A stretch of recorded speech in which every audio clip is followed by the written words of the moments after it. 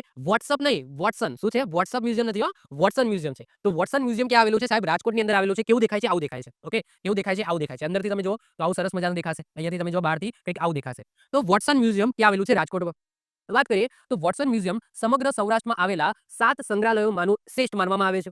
જેમાં જાડેજા રાજપૂત દ્વારા સ્થાપિત રાજકોટના રજવાડામાંથી કિંમતી વસ્તુઓનો સંગ્રહ અહીંયા કરવામાં આવ્યો છે. જેમાં અમૂલ્ય લેખો, કલાકૃતિઓ, ફોટોગ્રાફ, સંદર્ભ પુસ્તકાલય પણ આની અંદર જોવા મળશે. એટલે કે સાથે સાથે લાઇબ્રેરી પણ જોવા મળશે. આ મ્યુઝિયમ રાજકોટમાં જ્યુબિલી ગાર્ડનમાં આવેલી ક્વીન વિક્ટોરિયા મેમોરિયલ ઇન્સ્ટિટ્યૂટની ઇમારતોની અંદર સ્થાપવામાં આવ્યું છે. મ્યુઝિયમનું નામ 1888માં કર્નલ જ્હોન વોટસનની સ્મૃતિમાં રાખવામાં આવ્યું છે. જેઓ 1881 થી લઈને 1889 દરમિયાન Kathiawad agency British political agent હતા. યાદ રાખીશું. એમના નામ ઉપર અહીંયા વોટસન મ્યુઝિયમ એવું નામ રાખવામાં આવ્યું છે. વોટસન મ્યુઝિયમ એ સૌરાષ્ટ્રનું સૌથી જૂનું મ્યુઝિયમ છે. જો ગુજરાતનું સૌથી જૂનું મ્યુઝિયમ કચ્છ મ્યુઝિયમ, પરંતુ સૌરાષ્ટ્રનું કાઠિયાવાડનું સૌથી જૂનું મ્યુઝિયમ એટલે વોટસન મ્યુઝિયમ ક્યાં આવેલું છે? રાજકોટમાં આવેલું છે. અને કોના નામ ઉપર છે? કર્નલ જ્હોન વોટસનના નામ ઉપર છે. અને આ કર્નલ જ્હોન વોટસન કોણ હતા? તો 1881 થી લઈને 89 દરમિયાન કાઠિયાવાડ એજન્સીના બ્રિટિશ પોલિટિકલ એજન્ટ હતા. તો એમના નામ ઉપર આ મ્યુઝિયમનું નામ રાખવામાં આવ્યું છે.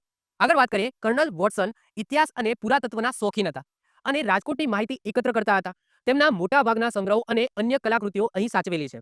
મ્યુઝિયમ બિલ્ડિંગ 1893 ની અંદર પૂર્ણ થયું અને બોમ્બે પ્રેસિડેન્સીના ગવર્નર લોર્ડ જ્યોર્જ હેરિસ દ્વારા જાહેર જનતા માટે એટલે કે લોકાર્પણ કરવામાં આવ્યું. જાહેર જનતા માટે ખુલ્લું મૂકવામાં આવ્યું હતું. એ વખતે બોમ્બે પ્રેસિડેન્સીના ગવર્નર કોણ હતા? લોર્ડ જ્યોર્જ હેરિસ હતા. હાલમાં આ મ્યુઝિયમનો વહીવટ કોણ સંભાળે છે સાહેબ? અત્યારે હાલ તો ગુજરાત સરકાર જ સંભાળશે ને.